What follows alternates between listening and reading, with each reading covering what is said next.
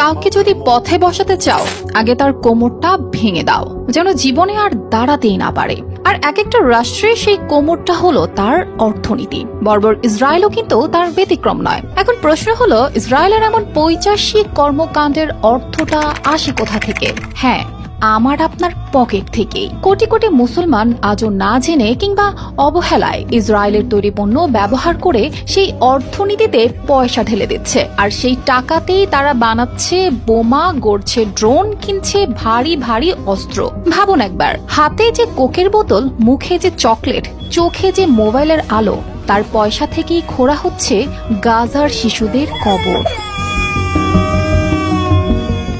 এবার দেখব সারা বিশ্বের মুসলিমরা কি কি পণ্যের মাধ্যমে ইসরায়েলের পেছনে টাকা ঢালছে।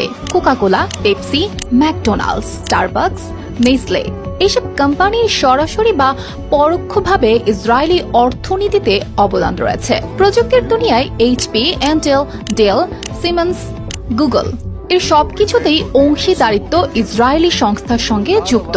এছাড়া প্রখ্যাত brand Puma, Victoria's Secret, X, Unilever এগুলো সব কয়টি ইসরায়েলি বিনিয়োগকারীর অর্থায়নে চলে। এলবিট সিস্টেম, রাফায়েল, আইএআই এই কোম্পানিগুলোর উৎপাদিত ড্রোন, সেন্সর ও ক্ষেপণাস্ত্র দিয়েই হামলা চালায় ইসরায়েল।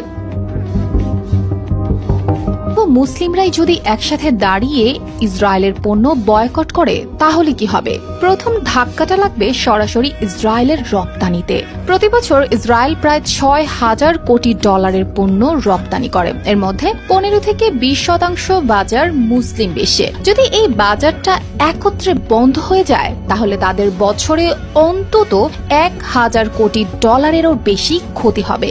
এই ক্ষতি শুধু অর্থনীতির রক্তক্ষরণ না, তাদের সামরিক বাজেটেই কাটছাট হতে পারে। কারণ ইসরায়েল প্রতি বছর প্রায় 2,000 কোটি ডলার ব্যয় করে প্রতিরক্ষা খাতে। ইসরায়েলের যুদ্ধ শুধু টাকা দিয়ে চলে না, তাদের অনেক সেন্সর, চিপসেট, অস্ত্র প্রযুক্তি আসে যুক্তরাষ্ট্র ও ইউরোপীয় কোম্পানি থেকে, যেমন general electric, Raytheon, Boeing, Elbit systems.